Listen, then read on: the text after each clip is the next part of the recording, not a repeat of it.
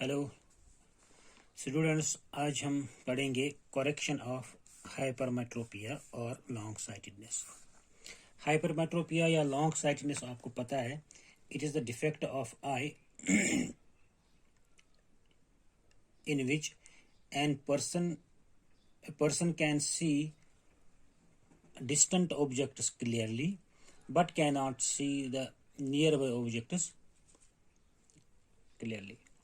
तो near by objects कौन से ऑब्जेक्ट्स हो गए जो with in the range of 25 centimetre में होंगे। यानी कि आपको ये भी मैंने पिछले लेक्चर में बताया, पिछले वीडियो में बताया कि अगर एक नॉर्मल ह्यूमन आई है तो वो नज़दीक तरीन ऑब्जेक्ट जो है उसका वो 25 सेंटीमीटर से देख सकता है। उसको 25 सेंटीमीटर से अगर ज़्यादा नज़दीक हो तो वो उसको क्लियरली नहीं देख पाते हैं। मतलब एक नॉर्मल ह्यूमन आई नज़दीक तरीन ऑब्जेक्ट जो है वो 25 सेंटीमीटर से देख सकती है। उससे आगे जब ऑब्जेक्ट आ जाए नज़दीक तो वो उसकी इमेज जो हमारी आंख में बनती है वो थोड़ा सा ब्लर्ड सी होती है और ठीक से नहीं दिख पाती। फॉर एग्जांपल ये हमारी एक ह्यूमन आई, ये इसका लेंस है। तो अगर ऑब्जेक्ट यहाँ पर है और ये रेंज 25 सेंटीमीटर का है तो ये इस ऑब्जेक्ट को क्लियरली देख सकता है। यहाँ से ये इमेज इसके यहाँ पर बन सकती है। लेकिन अगर यही ऑब्जेक्ट 25 सेंटीमीटर से नज़दीक है, यहाँ पर कहीं पर हो आगे, तो ये ब्लर्ड पिक्चर में आ जाएगा, तो नहीं देख सकता एक नॉर्मल ह्यूमन आई। तो आपको ये बात याद रखनी है near point of a normal human I. Near point का मतलब हुआ कि वो पॉइंट उतनी डिस्टेंस जितना वो नज़दीक तरीन डिस्टेंस उसके लिए हो जो जिसकी इमेज वो क्लियरली देख सकता है। उससे नज़दीक अगर आ जाए तो वो क्लियरली नहीं होगा। लेकिन डिफेक्टेड ह्यूमन आई जिसमें हाइपरमेट्रोपिया हो, अगर कोई ह्यूमन आई, अगर कोई किसी पर्सन की आई में ये डिफेक्ट है कि वो नज़दीक का ऑब्जेक्ट ठीक से नहीं देख पा रहा है, मतलब यहाँ पर भी वो नहीं देख सकता है, इससे आगे तो बिल्कुल उसको क्लियर नहीं आएगी। लेकिन अगर कोई ऑब्जेक्ट किसी पर्सन की जो साइट है वो तो उसमें थोड़ी डिफेक्ट आ गया, कौन सा डिफेक्ट, हाइपरमेट्रोपिया, तो वो 25 से भी अपनी 25 सेंटीमीटर से भी इमेज नहीं देख सकता। तो उसको क्या करना पड़ता है, उसको ये ऑब्जेक्ट जो यहाँ पर हमने रखा 25 सेंटीमीटर पर, यहाँ नहीं दिखेगा तो थोड़ा पीछे लेना पड़ता है, तब जाके उसको वो दिखता है। अगर उसको हाइपरमेट्रोपिया का डिफेक्ट है, मतलब 25 सेंटीमीटर से नहीं दिख रहा है, थोड़ा सा दूर दिख रहा है, उससे आगे पीछे ले जाओ। सपोज यहाँ से यहाँ तक 25 सेंटीमीटर है, ये उसको और 5 सेंटीमीटर पीछे ले रहा है, तो जब ये 30 सेंटीमीटर पे आ जाएगा तब उसको दिखेगा। और कोई दूसरा पर्सन ये है कि उसको और ज़्यादा डिफेक्ट है, वो उसको 30 सेंटीमीटर से भी नहीं बल्कि 35 सेंटीमीटर से, तो यहाँ से यहाँ तक इसको 30 सेंटीमीटर, जब ये ऑब्जेक्ट 35 सेंटीमीटर से देखिए एक ऑब्जेक्ट आई को सॉरी जब ये पर्सन एक ऑब्जेक्ट को 35 सेंटीमीटर की दूरी पर ले जाएगा तब देख सकता है। 25 से नहीं देख सकता है, 26 से नहीं देख सकता है, 30 से नहीं देख सकता है, 31, 32, 35 तक जाके देख सकता है, या किसी और पर्सन को और ज़्यादा दूरी पर दिखेगा। तो जब ये वाला जो 25 वाला सेंटीमीटर जो डिस्टेंस है, ये एक नॉर्मल आई के लिए नियर पॉइंट है, लेकिन डिफेक्टेड आई के लिए ये ज़्यादा होगा। सपोज ये वाले पर्सन के लिए ये 30 सेंटीमीटर है फॉर एग्जांपल, जब ये 30 सेंटीमीटर की दूरी पर ले जाएगा ऑब्जेक्ट को तब दिखेगा इसको। या कोई और पर्सन को अगर 35 सेंटीमीटर की दूरी पर दिखता है तो ऑब्जेक्ट उसका 35 सेंटीमीटर की दूरी पर जाना चाहिए तब दिखेगा, या किसी को और ज़्यादा दूरी पर दिखेगा। तो यहाँ पर डिफरेंट पर्सन के लिए जिनका ये हाइपरमेट्रोपिया का डिफेक्ट है, उनका जो नियर पॉइंट वो डिफरेंट हो सकता है। नॉर्मल आई के लिए नियर पॉइंट 25 सेंटीमीटर, वो 25 सेंटीमीटर से देख सकते हैं, लेकिन डिफेक्टेड आई के लिए 25 नहीं, उससे थोड़ा दूर होगा, 30 होगा, 35 होगा, 36 होगा, 40 तक हो सकता है। तो जब हम इस ऑब्जेक्ट को उसके नियर पॉइंट पर ले जाएंगे तब उसको दिखेगा। अब यहाँ पर देखिए डिफरेंट पर्सन का जिनका ये हाइपरमेट्रोपिया का डिफेक्ट है उनके लिए नियर पॉइंट डिफरेंट है। नॉर्मल आई के लिए नियर पॉइंट 25 सेंटीमीटर, किसी दूसरे पर्सन को जिसको ये हाइपरमेट्रोपिया का डिफेक्ट है उसके लिए 30 है, किसी दूसरे पर्सन के लिए ये 35 सेंटीमीटर है। तो जब ये पर्सन अब इस ऑब्जेक्ट को उस पर्टिकुलर दूरी तक ले जाएगा तब उसको दिखेगा। तो अब हर कोई पर्सन ऐसा नहीं कर सकता कि वो पीछे ले जाए। जैसे मान लीजिए अभी आम तौर पर ये होता है कि जो बुक पढ़ने में प्रॉब्लम होती है क्योंकि हमें बुक सामने रखनी पड़ती है। तो जिनको ये हाइपरमेट्रोपिया होता है कि वो बुक के वर्ड्स उनको सही से दिख नहीं रहे हैं तो उनको थोड़ा सा पीछे लेना पड़ता है उस बुक को, तब जाके उनको देखना पड़ता है, दिखाई देता है। और किसी किसी को बहुत ज़्यादा दूर लेना पड़ता है तब जाके देखना पड़ता है। तो जो मुश्किल हो जाएगा हमारे लिए कि कितना हम बुक को पीछे ले जाएंगे। जब और ज़्यादा दूर लेंगे तो वो तो फिर डिस्टेंट ऑब्जेक्ट हो गया, वहाँ से फिर दिखने में और तकलीफ हो जाएगी। तो इस डिफेक्ट को दूर करने के लिए क्या किया जाता है, कन्वेक्स लेंस का इस्तेमाल किया जाता है। मान लीजिए ये इसका नियर पॉइंट है किसी ऑब्जेक्ट का, ये 30 सेंटीमीटर, लेकिन उसको बुक रखनी है यहाँ पर 25 सेंटीमीटर पर। जब वो 20 सेंटीमीटर पर बुक रखेगा तो उसको दिखेगा नहीं, तो उसको कहाँ लेना पड़ेगा, 30 सेंटीमीटर पर, या किसी और को 40 सेंटीमीटर पर। अब अगर ऐसा किया जाए, ये जो 25 सेंटीमीटर पर हम बुक रखेंगे जो हमें पढ़नी है, या कोई ऑब्जेक्ट रखेंगे जो हमें देखना है, इसको पीछे लेने के बजाय इसको हम अपनी ही जगह पर रखेंगे, इसका इमेज पीछे आ जाए, तब जब ये इमेज यहाँ पर बनेगा, जो इसका नियर पॉइंट होगा, अगर किसी का 30 सेंटीमीटर तो यहाँ पर, 35 सेंटीमीटर तो यहाँ पर, तो ये ऑब्जेक्ट जो यहाँ पर बना हुआ है, इसका ये ऑब्जेक्ट पीछे लेने के बजाय अगर हम क्या करेंगे, इसकी इमेज पीछे बने तब जाके इसको वो देख सकता है। तो हम यही सब करने के लिए क्या किया जाता है कि लेंस, इस आई लेंस के सामने या आई के सामने एक कन्वेक्स लेंस लगाया जाता है। कन्वेक्स लेंस यहाँ ये ऑब्जेक्ट की जो इमेज है जो 25 सेंटीमीटर पर है, इसकी इमेज वो उस जगह पर बनाता है पीछे जहां से इसको दिखेगा, तब वो इमेज इसको दिख रहा है। तो एक्चुअली ऑब्जेक्ट यहीं पर रहेगा, इस ऑब्जेक्ट की इमेज उसके नियर पॉइंट पे बनेगी जहां से उसको वो दिखेगा, तब वो उसको देख सकता है। अब देखिए कैसे बनता है, किस तरह से एक हाइपरमेट्रोपिक आई को कन्वेक्स लेंस की मदद से उसका वो जो डिफेक्ट है वो दूर किया जा सकता है। ये बुक पे आप देख लीजिए एक इमेज बने हुए हैं, ये वाले यहाँ पर देख लीजिए, ये एक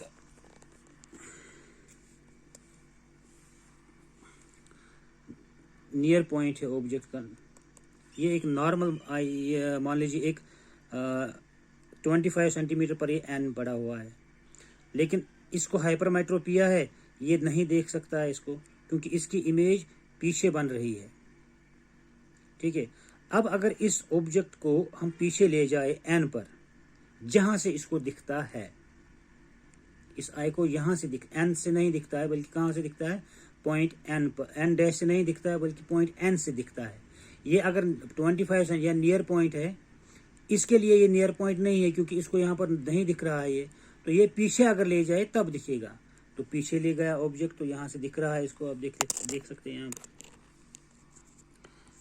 ये देख लीजिए ऑब्जेक्ट अगर यहाँ पर है तो इसको दिखेगा। तो ये वाला एन जो है ये इस आई का नियर पॉइंट है। अब ये ऑब्जेक्ट को हम पीछे नहीं ले जाएंगे, बल्कि क्या करेंगे, इसका इमेज यहाँ पर बनाएंगे जहाँ पर इसे दिखेगा। तो इसके लिए हमें कन्वेक्स लेंस लगाना पड़ेगा। ये देखिए कन्वेक्स लेंस से कैसे इमेज बन जाएगा यहाँ पर एन पर।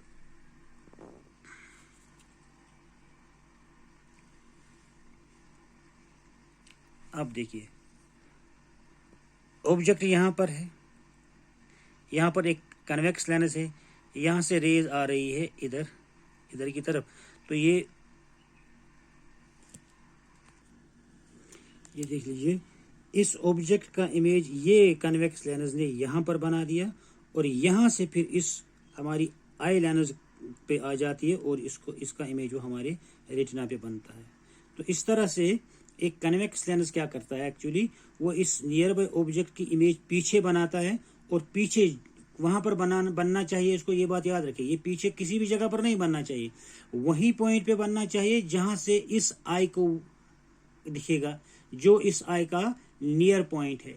जैसे मैंने अभी कहा, किसी का 35 सेंटीमीटर होगा, किसी का 30 सेंटीमीटर होगा, किसी का 40 होगा, तो जिसका जितना नियर पॉइंट होगा ये लेंस वहीं पर इमेज बनाना चाहिए, सो दैट कि ये हमारा आई लेंस जो है वो इसकी इमेज को, इस इमेज की इमेज को यहाँ पर बनाता है। अब यहाँ पर जो बनता है हमारी रेटिना पर, वो होता है इस ऑब्जेक्ट की इमेज का इमेज, दो इमेज बनते हैं। एक इमेज ये बनाता है, ये जो हमने कन्वेक्स लेंस लगाया, ये इस ऑब्जेक्ट की इमेज यहाँ पर बनाता है, और फिर इस इमेज की, ये इमेज जो बनी यहाँ पर, ये एज ए ऑब्जेक्ट यूज होता है फॉर हमारी आई के लिए। हमारी आई के लिए इमेज ऑब्जेक्ट क्या है, अब ये वाला जो इसका इमेज है, इस ऑब्जेक्ट का इमेज। तो इस तरह से हम अपनी आई को क्या कर सकते हैं, करेक्ट कर सकते हैं, जिसको हाइपरमेट्रोपिया है, ठीक है, by using an convex lens. अब यहाँ पर एक क्वेश्चन ये आ रहा है कि ये लेंस कहाँ पर इमेज बनाएगा सच दैट कि इस ऑब्जेक्ट को दिखे। ये लेंस वहीं पर इमेज बनाना चाहिए जहां से इसको दिखेगा, यानी कि जो इस लेंस का, इस हमारी आई का नियर पॉइंट है। तो इसको हमें कैलकुलेट करना पड़ेगा कि हम किस फोकल लेंथ का लेंस, कन्वेक्स लेंस इस्तेमाल करें सच दैट कि ये वहीं पर इमेज बनाएगा जहां से हमें दिखेगा। अब हम कैलकुलेट कर लेंगे कि अगर किसी पर्सन का नियर पॉइंट 25 सेंटीमीटर नहीं बल्कि उससे कुछ ज्यादा है, लेट अस से वो x सेंटीमीटर से, let the near point of a person is x centimetres. क्या मतलब हुआ इसका? ये मतलब हुआ कि इसके लिए जो हम लेंस इस्तेमाल कर लेंगे, कन्वेक्स लेंस, वो ऑब्जेक्ट की इमेज कहां पर बनना चाहिए, x सेंटीमीटर पर। ये हो सकता है 30 सेंटीमीटर, 35 सेंटीमीटर, 40 सेंटीमीटर, यहां पर कहीं पर बनना चाहिए। लेकिन ऑब्जेक्ट कहाँ है? ऑब्जेक्ट है जो सामने वाला ऑब्जेक्ट है, near by object. Near by object हमारा कहां पर हो सकता है, 25 सेंटीमीटर पर। द ऑब्जेक्ट प्लेस्ड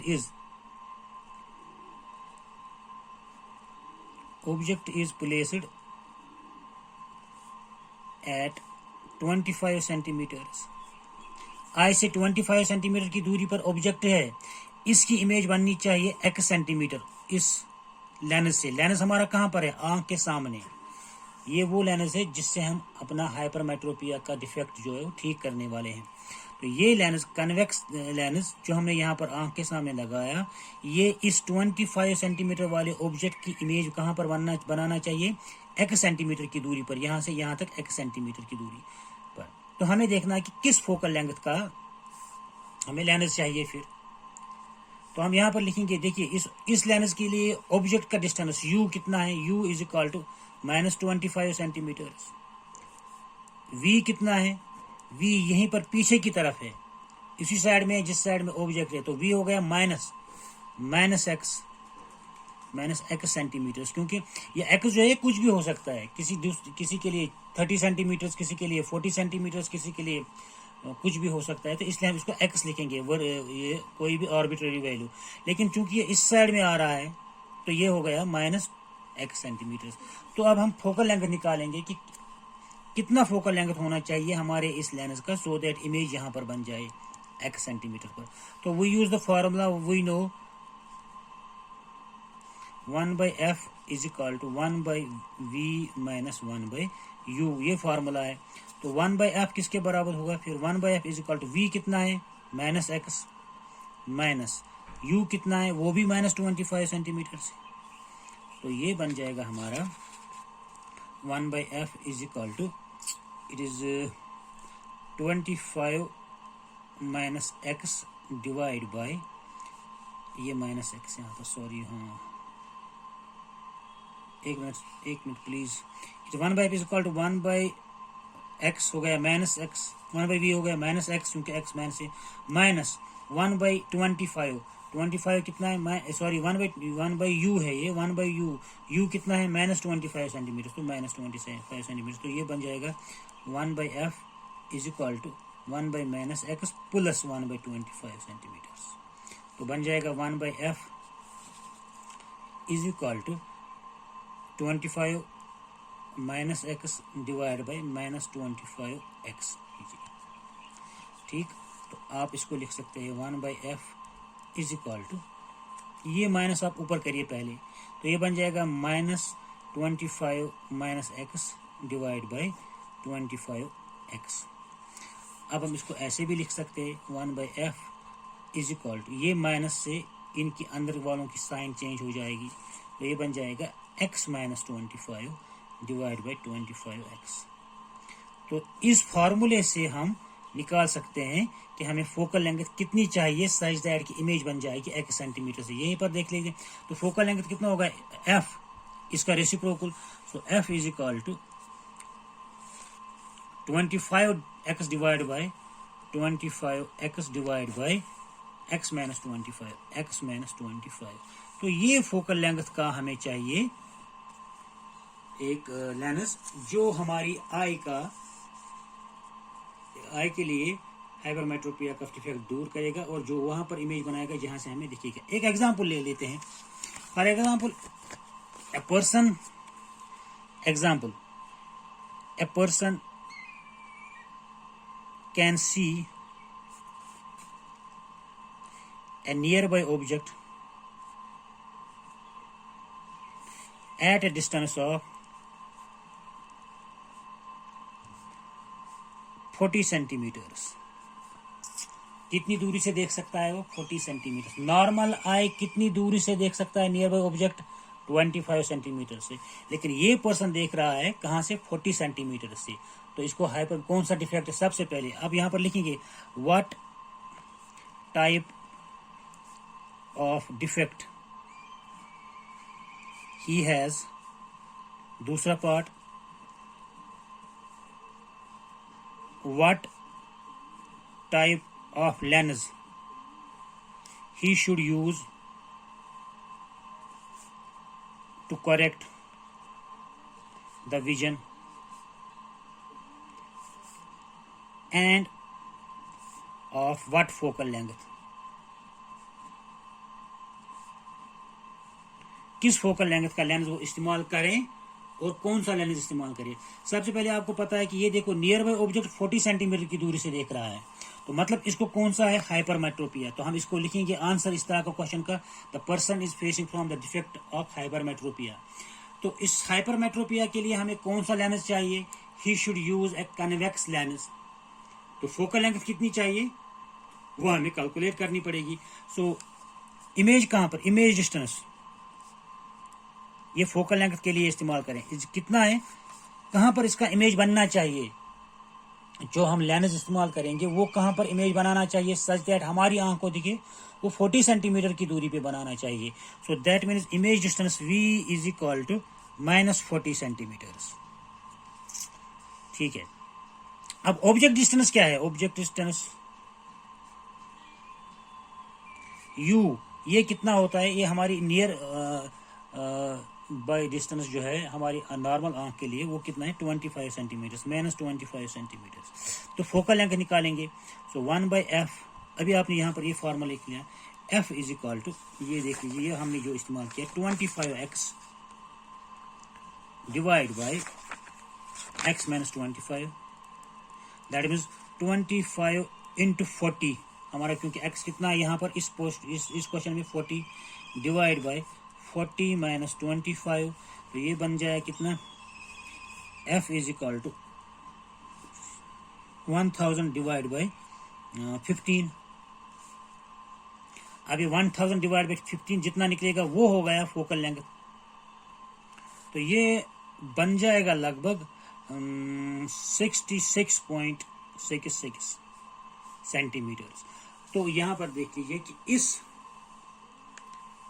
पर्सन के लिए जिसका नियर पॉइंट 40 सेंटीमीटर है, यानी कि उसको 40 सेंटीमीटर की दूरी से दिख रहा है नियर बाय ऑब्जेक्ट, उसके लिए जो हमें लेंस चाहिए, कन्वेक्स लेंस चाहिए, उसकी फोकल लेंथ होनी चाहिए 66 सेंटीमीटर की।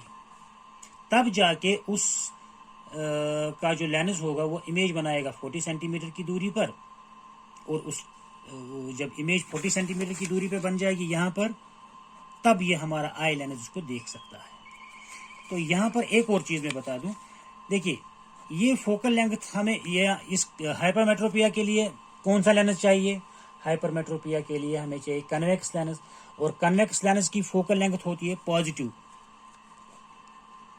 Focal length of A convex lens is always positive। तो हमें यहाँ पर चाहिए प्लस 66 सेंटीमीटर का फोकल लेंथ वाला लेंस। तो कभी आपने देखा होगा कि कोई डॉक्टर किसी पर्सन को जो टेस्ट देता है, वो स्पेक्स देता है, तो उसमें वो लिखता है प्लस 0.5 सेंटीमीटर प्लस 0.5 डायोप्टर का पावर। प्लस जब आएगा तो उसका मतलब ये होगा कि उसको लेंस चाहे कौन सा है, उसको लेंस है कन्वेक्स लेंस। और कन्वेक्स लेंस किसके लिए इस्तेमाल होता है? हाइपरमेट्रोपिया के लिए। तो जब आप देखो कि उसके डॉक्टर ने उसको प्लस पावर वाला लेंस दे दिया तो उसको हाइपरमेट्रोपिया है। अगर माइनस लेंस वाला देगा, माइनस पावर वाला लेंस देगा, तो उसको मायोपिया होगा। अब यहाँ पर देख लीजिए, हमें प्लस 66 सेंटीमीटर का फोकल लेंथ आ गया, तो पावर जरा देखें, पावर ऑफ लेंस कितना होगा? कि इसको डॉक्टर जब लिखेगा तो वो 66 सेंटीमीटर नहीं लिखता है, वो लिखता है पावर ऑफ द लेंस। किस पावर का लेंस चाहिए? तो वो लिखेगा पावर कितना मिलेगा इसका? Power is equal to 1/f, power is equal to 1/f, it is equal to 1/66.6 centimetre. लेकिन यहाँ पर पावर जब आप याद रखिए, जब पावर निकालेंगे तो सबसे पहले हमें फोकल लेंथ को कन्वर्ट करना पड़ेगा मीटर्स में। पावर ऑफ द लेंस जो आपको पहले ही मैंने बता दिया वो होता है डायोप्टर में, और डायोप्टर तब भी बन जाएगा जब फोकल लेंथ मीटर में होगी। तो ये कितना आप देख लीजिए, इट इज 66 सेंटीमीटर। 66 सेंटीमीटर कितने मीटर्स हो गए? तो पावर पहले हम ये फोकल लेंथ जो है ये पहले हम करेंगे कन्वर्ट इनटू मीटर्स में। तो focal length is equal to 66, मान लीजिए 66 अप्रॉक्सीमेटली 66 सेंटीमीटर। तो ये हो गया 66 divide by 100 metres, it is equal to 0.66 metres. तो focal length is equal to 0.66 metres. तो पावर कितना बन जाएगा? Power is equal to 1/f is equal to 1/0.66 metres अब आ जाएगा। ये जरा कैलकुलेट करते ये कितना बन जाएगा?